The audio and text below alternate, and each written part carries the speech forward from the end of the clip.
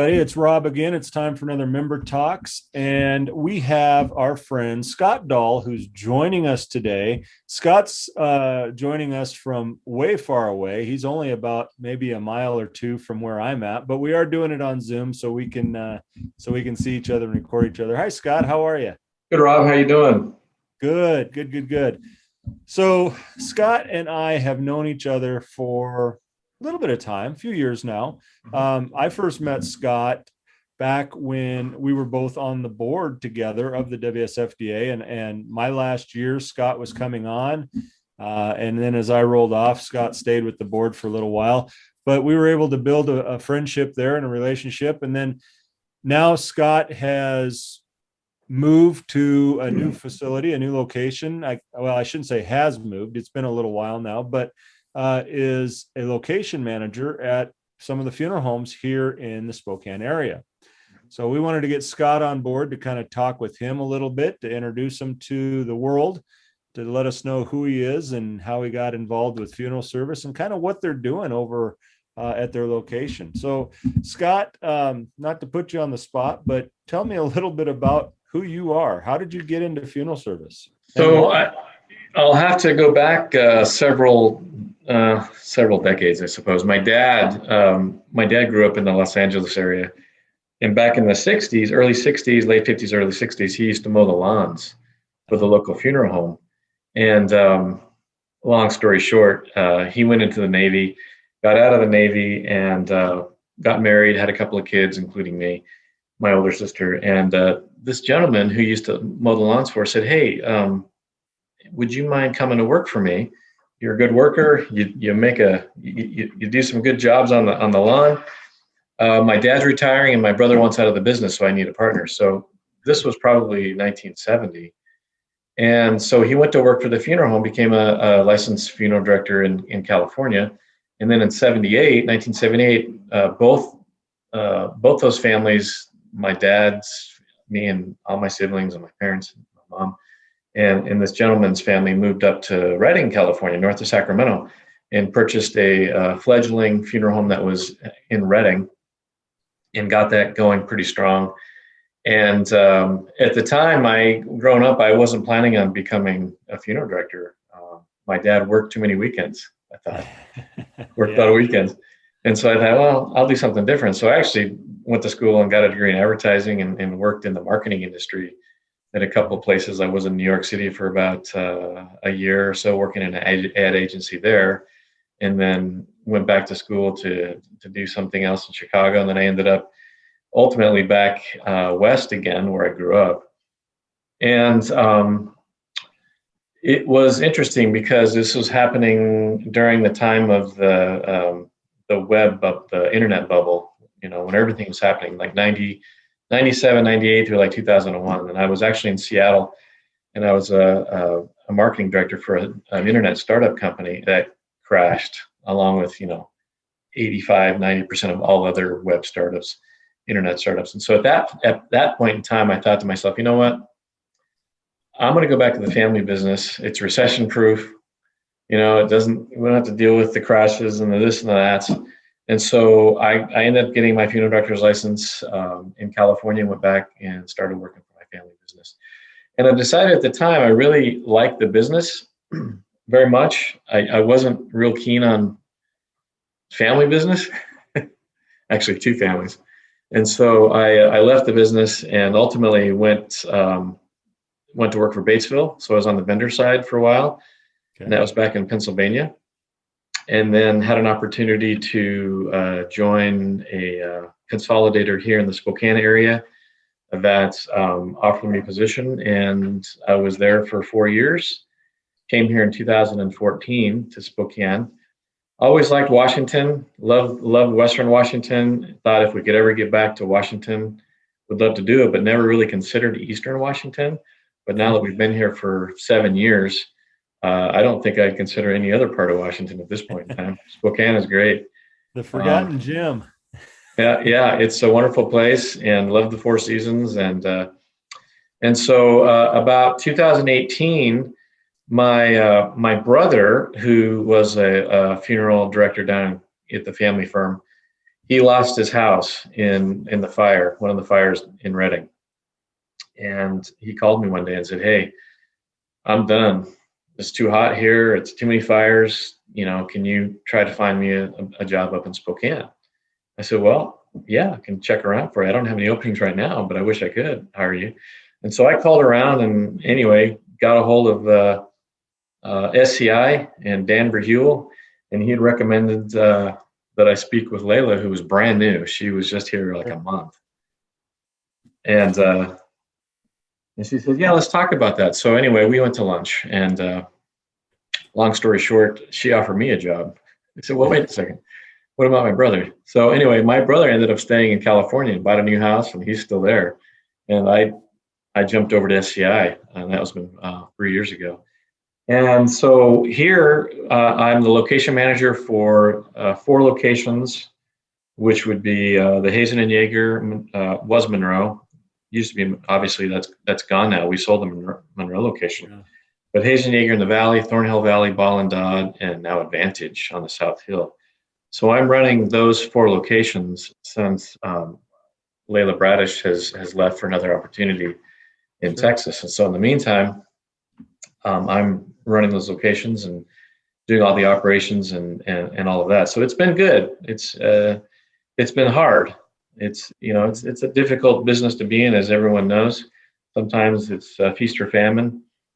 Mostly feast lately. It seems like it's been super busy, and but with that, we're also seeing the ebb and flow of retirements and people moving on, and so our staffing is very lean right now. And so we're looking for staff to come out and replace Roland Hoyle, who's retiring at the end of the month, to replace another funeral director who left recently. And so we have opportunities here in Spokane if anyone's interested. And at the end of this, Rob, I'll give you my contact information. Yeah, definitely. Maybe we can get some good folks to come out east and come be a part of it. It is a great facilities, I should say, that you have. I was fortunate enough when I graduated from mortuary school, I actually moved to Spokane at that point and came to work for Hazen and Yeager there on Monroe at the old facility there. And boy, what just a huge history of funeral service that operation goes back. I mean, it's 100 years old, and it's huge. And even with Monroe being gone now, even the Valley office that you have, just beautiful history. I mean, I don't know that a lot of people really realize the rich history that's there, but the fact that it was initially created to be a hospital if needed. We found we were doing some cleaning a couple of years ago, and we found an old brochure that talked about why Hazen and Yeager in the Valley was really created. And it was created, first of all, in the middle of nowhere. I mean, it was just fields. There was nothing out there at the time. And this was the mid 1950s. And this brochure talked about how this state-of-the-art building, which was 35,000 square feet of building, was built in case of, because keep in mind, this was during the Cold War. And so, everyone was frightened that the Soviet Union was going to drop a bomb anywhere at any time. And so this old mortuary was built to be a community gathering building. And it has, the brochure says, state-of-the-art surgery equipment, lighting, bomb-proof shelters in the basement. And it does have all those things. I don't know if there's state-of-the-art lighting anymore. It's really not, but as far as the sheer volume of that building, I mean, it was built for something way more than a funeral home. There's a couple apartments upstairs. There's one that's, and I know that this building went on further and further, but they sold some of the property behind. And I think Rob, you were around when that happened. They sold the back garages off. Those old apartments. Yeah, they sold the old garage off, and then that apartment that was there, and then that's now medical office. But still remaining is two apartments upstairs. The larger of the two is it's like an apartment, 3-bedroom apartment. It's like 3,000 square feet of an apartment. Yeah. And then the other one is a 2-bedroom apartment, and it's about 1,800 square feet. So for apartments, I mean, holy cow. I mean, those are larger than most people's homes. Yeah. And so those are still there, and we have tenants there. And then the chapel itself is the largest funeral home chapel in at least Spokane, probably most of the state. And the capacity of that chapel is probably upwards of 400 people, maybe more. We recently did a remodel there a couple of years ago where we took out all the pews. And if you've ever tried to get rid of pews, call me, because there's really no easy way to do it. No. Basically, we gave them away. So it leaves, we have chairs there now that we can just move everywhere. And when you take those chairs out, I mean, talk about party hall. I mean, you could have a prom there or something. I mean, you could have a serious, pre-COVID party if you needed to. Well, it's big enough that, and they talk about that basement being the bomb shelter and things, or bomb proof. Let me tell you, it is. I don't know if you know this or not, but back in the day when I actually lived there and in my younger, skinnier days, we used to play roller hockey in the basement of the funeral home down there. And it was so big that we could have 6 or 8 people down there playing roller hockey and never run into each other. It was like having our own rink. It was just amazing. And huge building, just a huge, beautiful building. And I can see proof of that there because I can see all the marks on the floor of the pirouettes you guys did. Yeah, there's still a few for sure. The only problem is that it's the size of a skating rink down there, but you've got pillars every 8 feet or 10 feet or whatever, so you got to watch out for those. Well, you learned real quick, if you didn't know when you started, you learned real quick how to do quick stops and change direction, because those pillars were very painful when you hit them. I can imagine. Yeah. Well, when you came to SCI, when you came to Hazen and Yeager, you brought a lot with you. And one of the things that you brought was an idea to create something that Spokane does not have or did not have. I don't think that it still does, other than what you're doing, but it's a Dia de los Muertos event there at the funeral home. And I've watched that from a distance as that's progressed. And certainly I hope you go into this a little bit more detail, but in my watching it has progressed and just continued to grow and grow and grow, even through the COVID pandemic of not being able to meet. But I mean, it just continues to build. And first off, the question I would have is, why was that so important for you to start that event there? And where did the thought come from to do that? So I was working, this was back in early 2015, and I was here in Spokane, and I was working at another firm, not SCI. And we were talking with one of the Catholic deacons in town. I can't remember his name offhand, but he's Hispanic. And we thought, what are ways that we can reach out to your community in interesting and innovative ways? And we got to thinking about this event that was coming up in October, November, and that sort of stirred the initial thought. And then I did some more research and realized that there is a Hispanic Business Professional Association, in essence, the Hispanic Chamber of Commerce. They don't like to be called that, but they're the professional association here in Spokane. And so I called them, and they were saying, yeah, let's do it. We need a venue. And so we started this, and the whole idea was that we're trying to grow our business and do things that are innovative within our community, and ultimately trying to succeed at our business while also fulfilling a need that the community had. And so we did this the first year, and we also teamed up with this group, as I mentioned, and they had connections at Eastern Washington University in the cultural department of, I can't recall the name of it, but they have a mariachi band.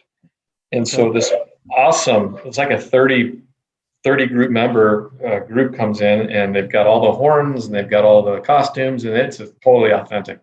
And so we had that going on at the same time, and we set it up so that we could focus and highlight some of these community groups. We had the mariachi band, we had Aztec dancers, we had Mexican dancers, and it turned out to be just a wonderful event. We had about 100 people there the first year, And so we did it a second year, and we had about 200 people. And not to mention the fact that the first year we had um, a taco truck out front, and that was a hit in the parking lot.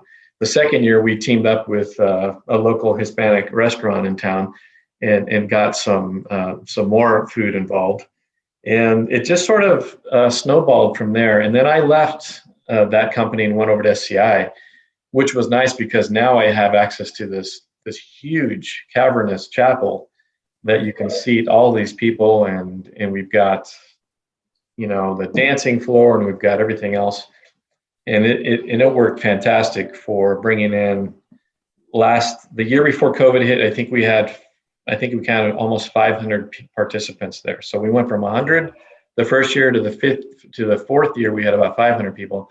Last year we had a contactless COVID version of it. So we still did it, but if you're familiar with the south side of that Hazen Yeager Valley, it's got a portico with two garage doors. So it's a real long, narrow garage, basically. And you could probably put 6 or 7 cars down there. So we had that whole area opened up, and we decorated with altars and decorations, and we had food that we handed out, which was all individually wrapped. And I was there and was counting the cars that came through over this 2 or 3 hour period. And it was I'm guessing if I recall, it was about 210 cars. So each car had probably 3 or 4 people in them. And so if you do the math, you're going to see right there that we had probably 800 people coming through. Oh yeah. On an event that wasn't normal at all. And so typically we start planning for this event in August, and the event this year will probably happen, I think, October 30th. We want to do it before Halloween or after, not on Halloween. Sure. People sometimes confuse Halloween with Dia de los Muertos. It's totally 2 different things, and I've learned that over the last few years. But it's if anyone has any questions about how we got this off the ground, it's been a great event for our community, for our white community, a Caucasian community, as well as the Hispanic community, and all races and ethnicities are participating in this, and we get so many people out here. We'll do face painting, we'll do piñatas for the little kids, we'll do contests and all sorts of things. There's a lot of things that go into this, and a lot of different committee members. We end up having about a committee of about 20 people, and each committee has one guy does the t-shirts, and one gal does the this, and one gal does the that. And it's really, I sit back and kind of let them do it all. I say, you have my building, you have my blessing, and in some cases my checkbook, but you guys throw the party, and we'll be the venue, and it'll be fun. And so that's what's going on. And so this year we are 6th annual, and we hope that it's just as big and good as the rest of them. But think about that. Something that you said there a second ago is amazing to me. You've got 600 to 800 people roughly coming through your funeral home for something that is not funeral related. Yeah. But that 600 to 800 people that are coming through your funeral home, that when they do have a need, they do have a death, they're going to say, where can we go? Who can we go to? I remember we went to the Dia de los Muertos there. Let's go check that out. That's wonderful advertising. Wonderful. And that is, that's one of the reasons why we started, because we wanted to try. One of the challenges that we have as funeral directors is people do not want to come into our building. Right. They don't want to come by. They don't want to come in. They don't want to be meeting with us. They don't want any of that. And why? It's usually a terrible day for them. And so if we can make a neutral event happening that is happy and fun, that plants a seed in someone's mind, that when the time does arise, and it will, that they will remember, oh yeah, we went and did that there, and let's call Scott. Yeah. Well, and you guys are doing that in a lot of your other buildings. I know that just down the road from you, you've got the, I forget the name, but the singing group that uses the building down there to rehearse and things. And it's, different ways to get people in, because you're absolutely right. They don't want to come see you. That's the last place they want to go. And Mhm. thinking outside that box a little bit and saying, how can we use our building to get the public in here? That's a Right. great way to do it. And regarding the singing group, so they're called the Pages of Harmony, and Lance Cox is one of the, I don't know if he's the group lead or whatever, but he is a friend of mine and yours, and he's been rehearsing here for several years, and his quote unquote lease came up a year or two ago, and we sat down, and he was paying us, I don't know what it was, something's $100 a month or $200. And I said, okay, Lance, let's renegotiate this. You don't have to pay me anything. All I want is the ability to put up a sign that says the home of Pages of Harmony, and I want you to open up the your rehearsal. He has rehearsals every Wednesday night from 6:30 to 9. One day a month, and this was before COVID. One day a month, I'd like you to open the doors, and we'll have a community rehearsal with your group, Yeah. so they can come and watch, and you can have sort of a little show. And he agreed to that. So, and then COVID hit, so we stopped doing anything. And then last week they started rehearsing again. So that is still on the table if you're listening, Lance. Yeah. Perfect. Well, I'm excited for you guys.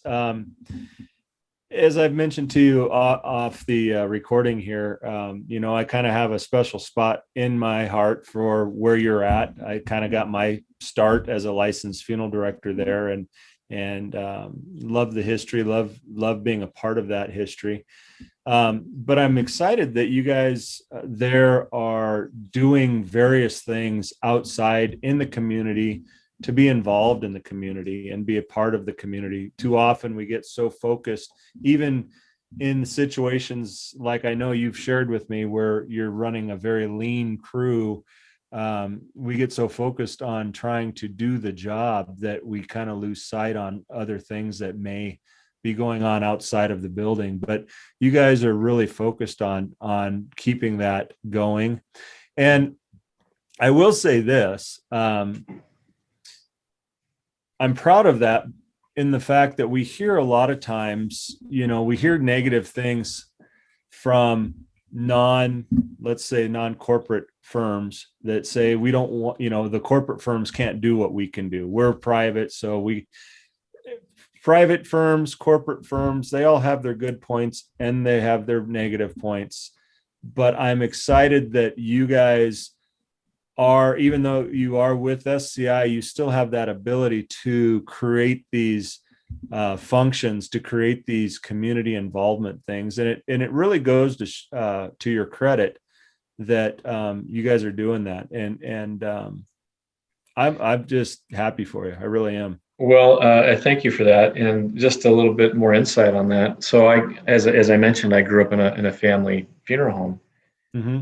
independent funeral home, and one of the things that was challenging to us is our competitor in town was two SCI firms. And so Mm-hmm. I grew up with this mindset that SCI is the evil empire. Yeah. That's what was told to me by my dad and his partner, and so we were like, no way, we're gonna do what we can, and we're gonna beat this SCI group. And anyway, so when I went back to the funeral home, 15 years later, still independent, our family business. One of the reasons why I left 2 years later was because as an independent funeral home, they were not willing, and I'm not saying this is for all independent funeral homes, but in the one I was in, they were not willing to change, and they're not willing to merchandise it. They were not willing to step out and do these things in the community that help endear us to the community. And that's one of the reasons why I left, because I said, look, I've got some skills here that I've gained over the course of, by this time I was 35 when I came back to the funeral business. And so I'd worked in these outside industries and done other things. And so I wasn't working in a vacuum like so many people have. They only know one thing. And so because I had this outside experience, I was able to sort of parlay that into some other things within the funeral home. And they weren't willing to do that. And so I said, look, Dad, I'm going to part ways with you. And so that sort of led me on a path to where I ended up here at SCI. And now that I'm with SCI and have worked here for, I've worked at independent, I've worked at smaller regional consolidators, and now SCI, which is, of course, the biggest consolidator. And they're not that at all. I mean, they're not the evil empire. They're progressive. They've got cutting edge things. Their processes that they have in place are second to none as far as all of the checks and balances and things and identification and all the things that SCI has. It's really amazing. When I first got here, I thought, man, how on earth can you be a funeral director in SCI with all of this stuff you have to do? But now that I've been here for 3 years, I'm like, I don't think I could do it any other way at this point, because I'm so used and I understand the value of that piece of paper and that process and that thing over there. And I know how it all fits together now, and it works. And we had nothing even close to this elsewhere, anywhere I've worked. And it's amazing what SCI can bring to the table as far as career development and all the things that are available there. So Yeah. I commend my company. Yeah, no, I really enjoyed them. I was with them for, I don't know, 12 years, 13 years. I enjoyed them. And you're right. They do have a lot of procedures, but there's reasons for that. And once you understand those reasons, it makes perfect sense. Like I said before, whether it's mom and pop, small town, whether it's large consolidators, corporation, whatever, you're going to find your positives and your negatives in all places. Mm-hmm. If you're there serving the family, you're going to be able to work within whatever those policies and procedures are and do the best that you can. The funeral home is going to continue to survive, and it's going to continue to prosper there in your community. And so I honestly wish that as funeral directors, every funeral director could take a turn, if you would, from anywhere from a month to a year in each type of funeral ownership opportunity, just so you have that idea. Because you did mention there was that kind of they're the evil empire. I think that we spend too much time worrying about what the other people are doing and not worrying about what we can do to better ourselves and better the experience for the family. And so absolutely, rotating, it would be really nice if everybody could rotate through and work for each type of facility, because we all have something to offer. And I think we would all be better for it. But, that's just me and my wild haired, or I shouldn't say wild hair. I don't have hair. You and I have the same barber. But definitely something that, I think would be a great idea. But anyway. That's a good idea. It is true that when we've been somewhere for so long, we've got our ways, the ways we've been doing things, and sometimes we're unwilling to change. And when change happens, like it happened for me, I kind of, I was kicking and screaming, fighting this for 6 months when I got here, and I thought, how do these people survive? How do they do this? But now, honestly, it's been it's a wonderful. Everything about it, I think, is very positive. Yeah. Obviously, we're corporate owned, and so we're not the independents. But like you said, there's pros and cons everywhere. There were some great things that I had when I worked for my family's business, and there's some great things here. And I think it's any location you're at, whether it be corporate or independent, do your best, and you'll be fine. Yeah, I think that you as a person, as the employee or the manager, or whoever, whatever your position is, I think that you are the one that creates that atmosphere. And if you want to create an atmosphere of positivity, that's what it's going to be. If you want to create an atmosphere of negativity, that's what it's going to be. So you have that opportunity every day that you get to your location to make that choice and do with it what you want. I mean, the end result is we're serving families. And so at the end of the day, I mean, if you're serving that family the best you can, whether you're at SCI or wherever else independent, then you've done your job. You can go home and rest, sleep well. Well, we are very excited that SCI, including Hazen and Yeager and the locations here in Spokane, Ballendot and Thornhill, are a part of our membership. They're a big part of our membership, and we're excited that your leadership there recognizes the importance of participation in local area district meetings and in state conventions, even in national meetings. So we're very grateful and thankful that you guys are a part of us as an association. Scott, I know you mentioned it in the past earlier, but you are looking. And so this is an opportunity that's presented itself. It's a unique opportunity. I think you said you have 2 positions here in Spokane that are open. Correct. We've many of our listeners might know Mr. Roland Hoyle. Mr. Roland Hoyle is retiring at the end of June. We had a farewell party for him last week, and it was really fun. But he has been basically a mainstay here in the Spokane area for close to 40 years. And we are looking to replace Roland, and would love to replace him with anyone who has the desire and the wherewithal and the motivation to step into some pretty big shoes. He has worked a lot with our Native American groups in town. They know him, they love him, so he's going to be missed in that group, as well as every other community group that he has worked with. And so he's leaving, and so that position is posted now. If you're interested, go to the website dignitymemorial.com, hit careers, or call me at the end of this. I'll give you my contact information.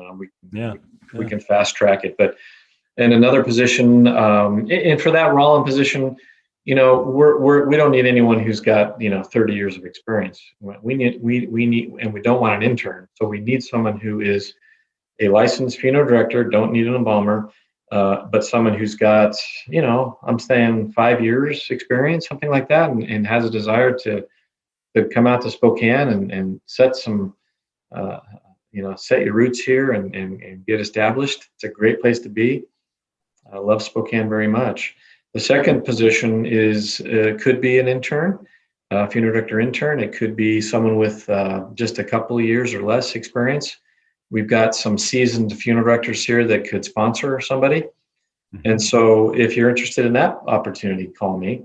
And again, it's a great place to live. We do have some housing that is available for those people, at least temporary housing, for those people who may be concerned about how's that going to look if I uproot my family and go to Spokane. Well, we do have some temporary housing that we could provide to you for a period of time.